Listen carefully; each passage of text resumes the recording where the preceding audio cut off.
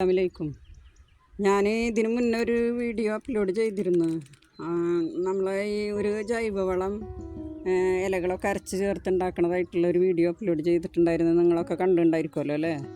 അപ്പം ഞാൻ അത് അരക്കണ ഒരു വീഡിയോ, അരച്ചതിന് ശേഷം ഒരു വീഡിയോ ചെയ്യാമെന്ന് അന്ന് പറഞ്ഞിട്ടുണ്ടായിരുന്നു. അപ്പോൾ ഇൻഷാ അല്ലാഹ് ഞാനിത് അരച്ച് കൊടുന്നതാണെന്ന്. മിക്സിയിൽ കണ്ട നല്ല പച്ച കളറായിട്ടിരിക്കണം.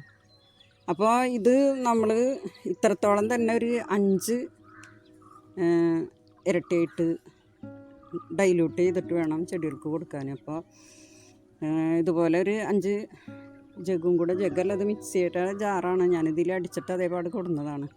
അപ്പോൾ ഇത് ഞാൻ ഡൈല്യൂട്ട് ചെയ്തിട്ട് ഇൻഷാ അല്ലാഹ് കാണിക്കാം.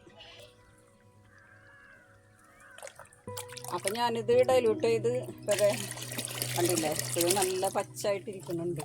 അപ്പോൾ ഇതിൽ ചേർത്തിട്ടുള്ള എന്തൊക്കെ ഞാൻ പറഞ്ഞല്ലോ, മുരിങ്ങയില, ആര്യവേപ്പില, കറ്റാർവാഴ, മഞ്ഞൾപ്പൊടി.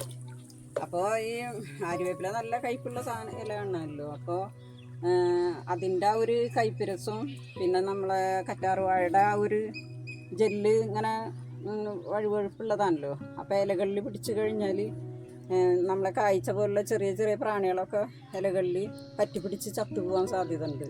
പിന്നെ മഞ്ഞൾപ്പൊടി കീടനാശിനിയായിട്ടുള്ളൊരു പൊടിയാണല്ലോ. അപ്പോൾ ഇത് നമ്മൾ സ്പ്രേ ചെയ്ത് കൊടുക്കുകയും ചെയ്യുക, തടത്തിലൊഴിക്കുകയും ചെയ്യുക. സ്പ്രേ ചെയ്യുമ്പോൾ നമ്മളൊന്ന് അരിച്ചെടുക്കണമെന്ന് മാത്രം.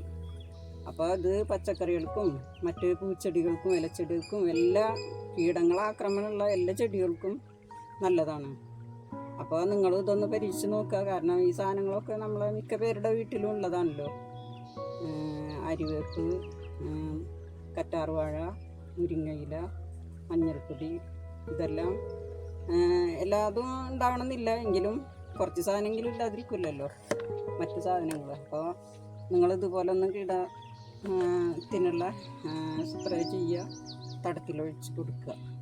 അപ്പോൾ ഇത്രയാണ് ഞാൻ ചെയ്തിട്ടുള്ള വീഡിയോ. ഇൻഷാ അല്ലാഹ് അടുത്തൊരു വീഡിയോ ആയി വരുന്നത് വരെ അസ്സലാമു അലൈക്കും.